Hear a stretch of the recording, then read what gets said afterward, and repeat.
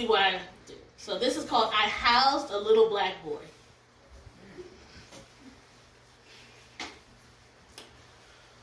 Ooh, I was so excited. I was so excited. I was finally be able to do it. When I got the news, the smile that came across me. Ooh, I would finally be able to house a little boy. And not just any boy, a little black boy. And he would be mine. And people told me not to do it. They said, ooh, what if he didn't want to be there? He'd be a criminal, or he'd be into drugs, and he'd go out being with the wrong people. I didn't care. Little old me, well, little big me, would be able to house a little black boy.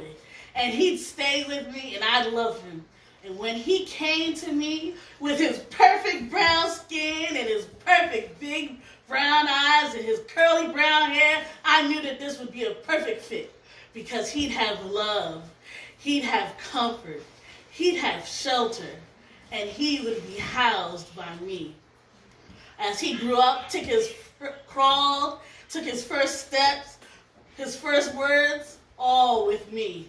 We'd mark his height on the wall with me.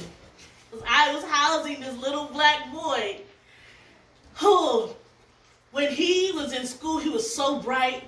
He made so many friends. He was the love of my life, and people would compliment him. You know why? Because I housed a little black boy. And he was a great black boy. Ooh. But when he got a teenager, he had some bad friends. I didn't trust them too much when they came around me. But I trusted my little black boy. One day he didn't come home on time, and I was so worried. I kept the alarm off, lights on, so he'd know where to find me. He came home unscathed. But, he had chores to do. He had to wash the walls, the windows, clean up every piece of poop in that backyard.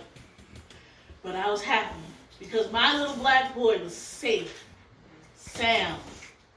I housed a great black boy.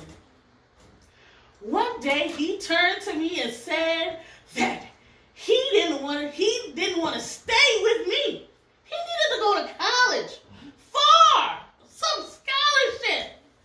I wouldn't be able to see what I had produced. This great black boy was becoming a great black man. And he left me empty, alone. I hadn't seen him for years, and I had no phone for him to reach me. And I couldn't believe it. And I would just hear stories. How handsome he was, how successful he was, and he didn't even come by. I housed a great black boy to be this great black man, and he didn't even come. One day he visited me one spring. He pulled up, I didn't even recognize him.